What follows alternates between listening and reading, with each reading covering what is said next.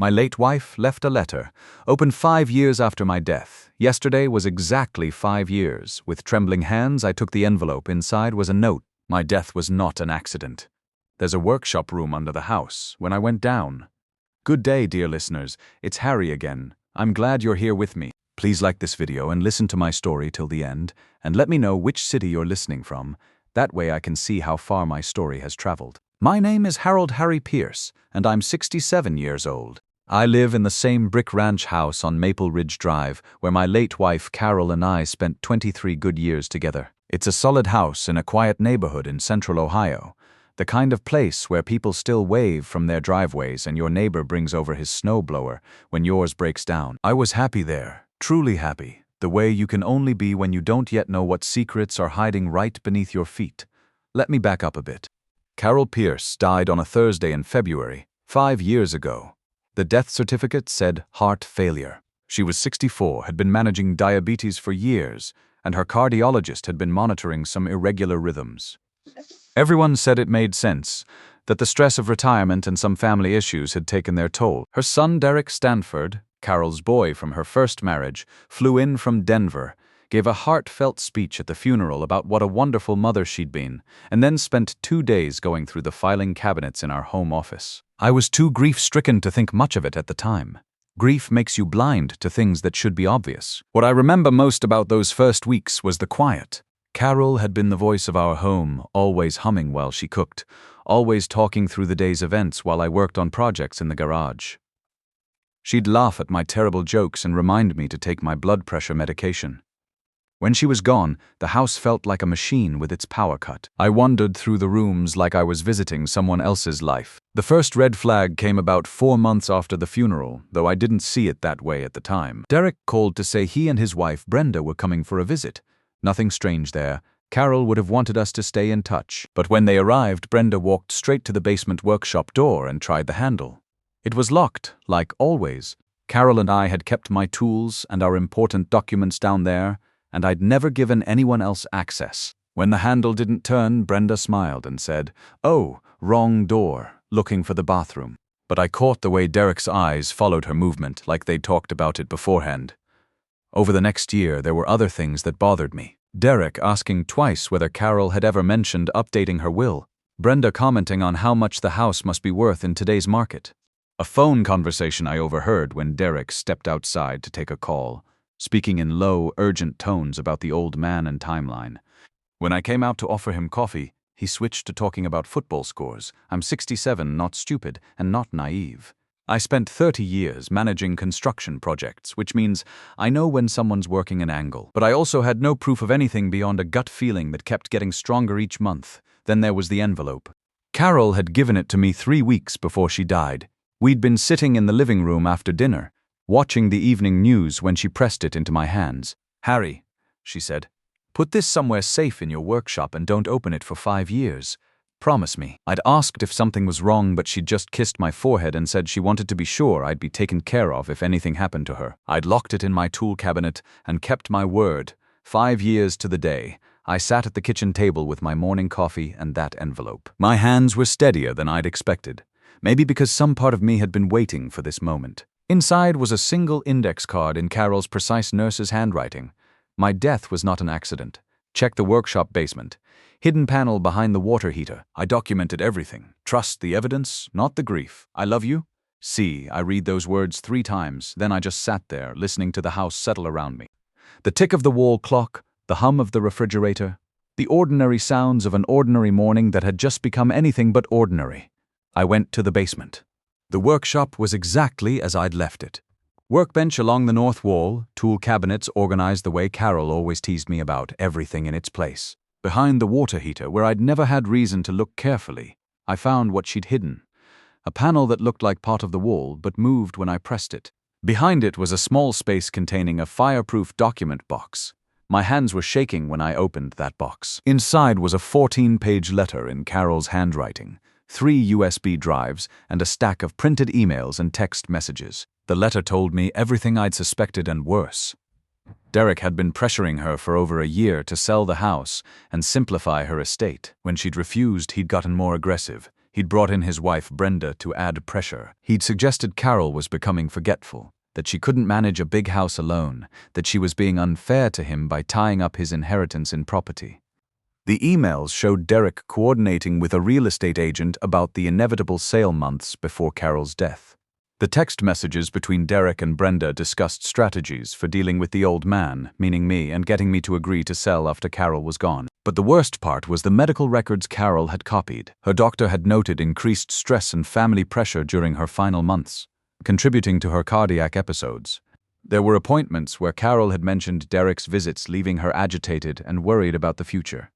Carol had written, "I know Derek thinks Harry will be easier to manipulate than me. He's wrong. Harry built this house with his own hands, and he understands the value of things that last. I'm documenting this because Derek's greed is putting my health at risk, and I want Harry to have the truth if something happens to me." I closed the box and sat in my workshop for a long time. Carol had been protecting me even in death, giving me the tools I'd need to protect our life together. I'd built that house. I'd installed the electrical, laid the flooring, planted every tree in the yard. Derek might be Carol's son, but he'd never understood what she and I had built here. The next morning, I called our attorney, George Sullivan. George had handled our wills when Carol and I got married, and he'd updated them when we bought the house. I told him about the letter and asked him to come over. When he arrived and I showed him Carol's documentation, he went quiet for a long time. "Harry," he finally said, "this is serious. If what Carol documented is accurate, Derek may have committed elder abuse. At minimum, this gives us grounds to challenge any claims he makes on the estate." "What claims?" I asked. "He filed papers last week," George said quietly, "challenging Carol's will. Claims she wasn't competent when she signed it, and that you exerted undue influence."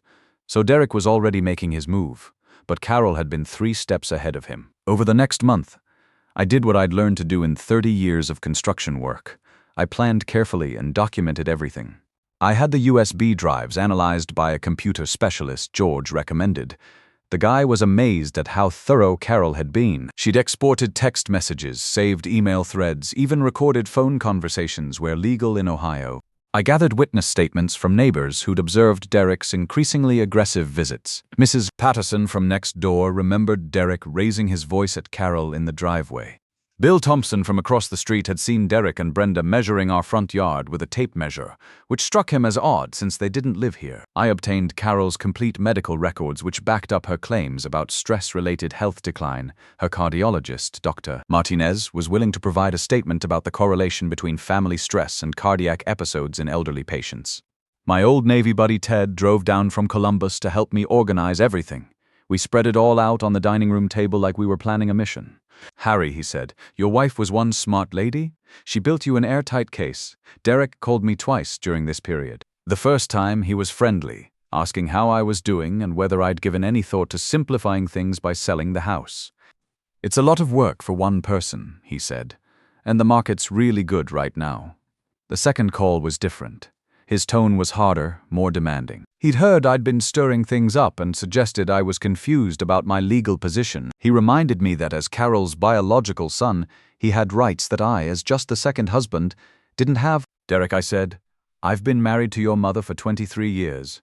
That's longer than you lived in her house growing up. That doesn't change biology," he snapped. That's when I knew Carol had read the situation exactly right.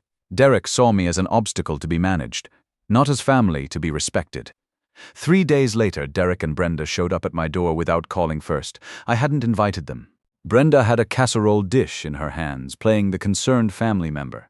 Derek stood behind her with his hands in his jacket pockets and a look on his face I'd never seen before, something between calculation and barely controlled impatience.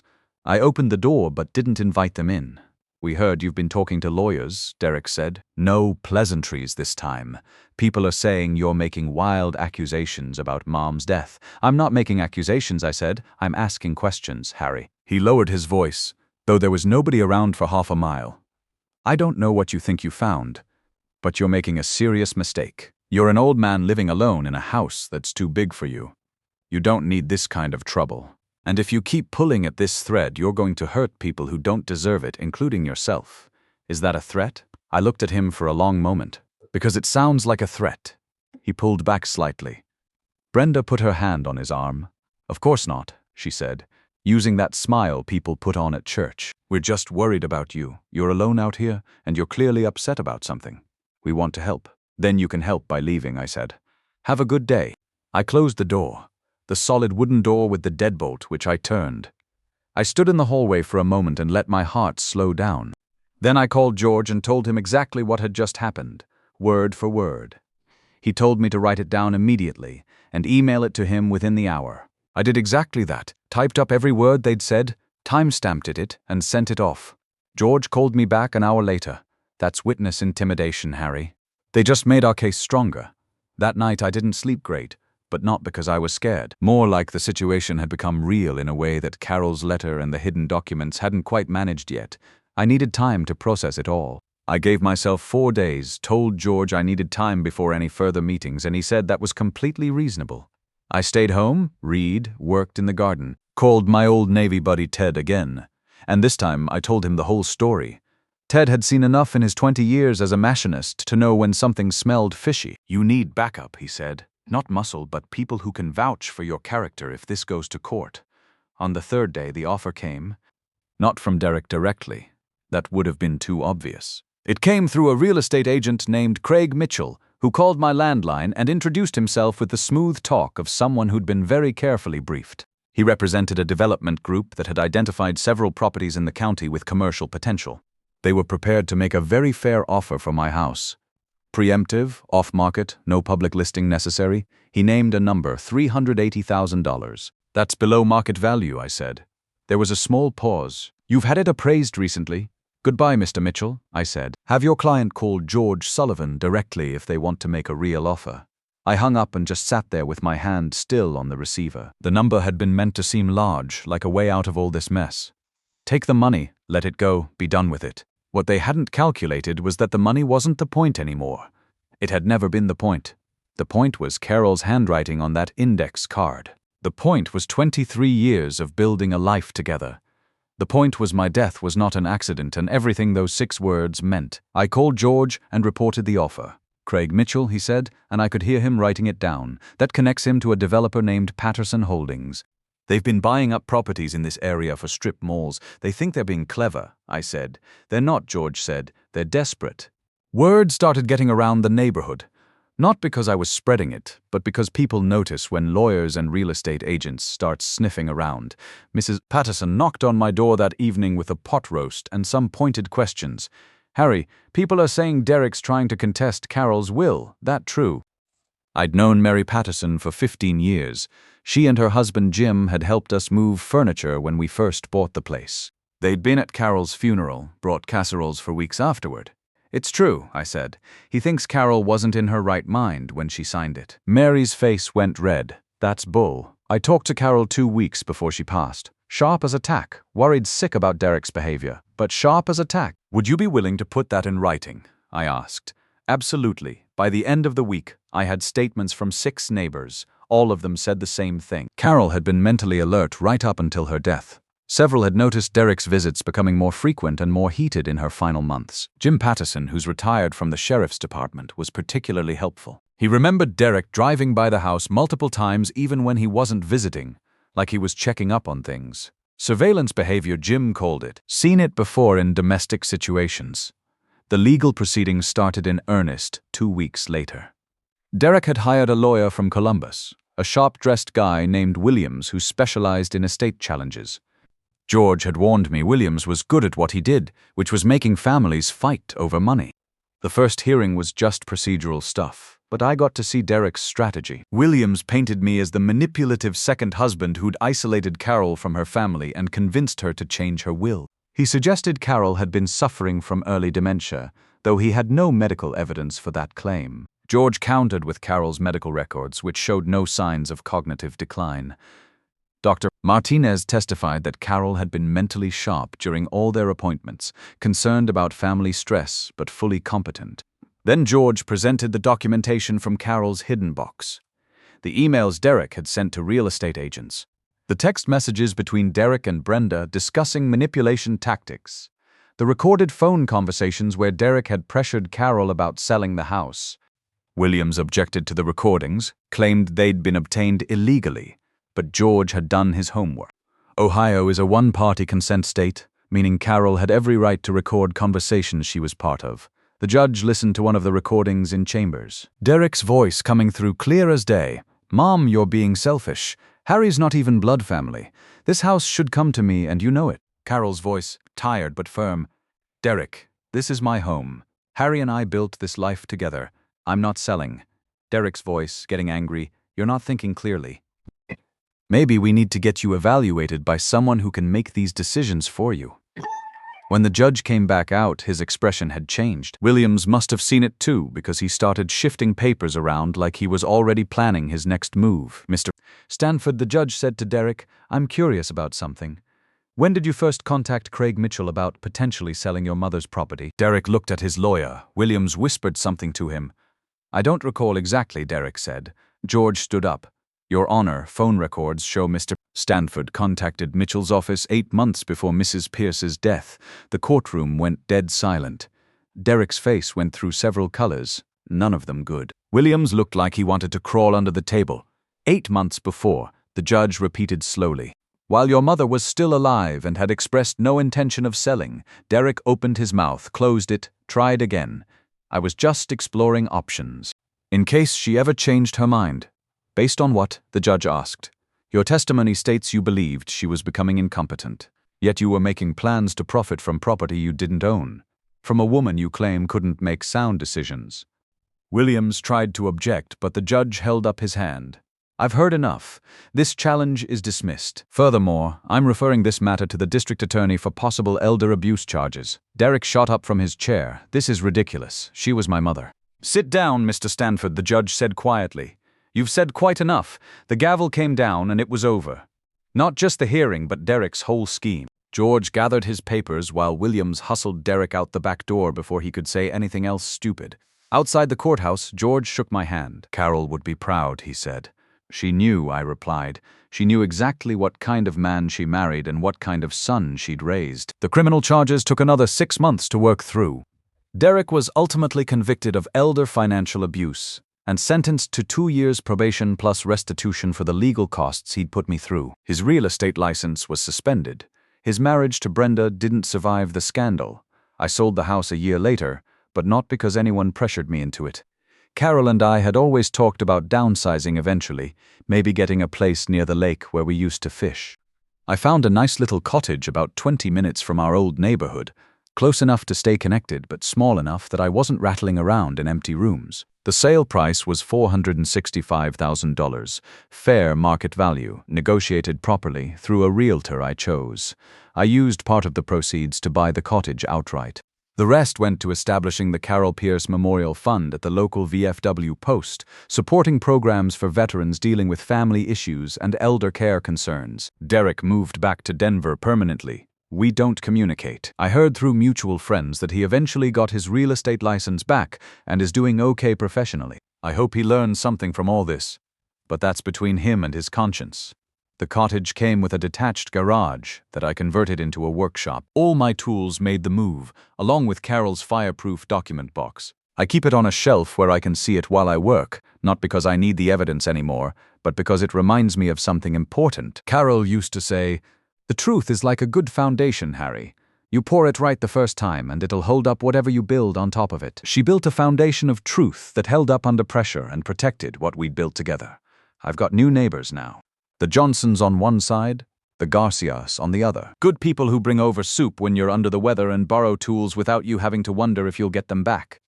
The kind of community Carol and I always appreciated. My workshop stays busy. I've got a workbench project going for my neighbor's grandson, and the VFW asked me to help build some accessibility ramps for the community center. It feels good to build things again instead of just defending what's already there. Evenings I sit on the back porch and watch the sun go down over the lake. Sometimes I talk to Carol out loud, which feels less strange than I thought it would. I tell her about the workshop projects, the VFW programs her fund is supporting, the letters I get from other families who heard about our situation and wanted advice.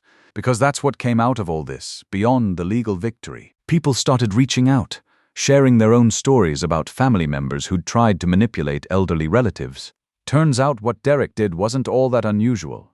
The schemes are always slightly different, but the pattern's the same. Someone gets impatient about an inheritance and decides they shouldn't have to wait. Carol's documentation strategy has become something of a model. George Sullivan now recommends it to all his elderly clients.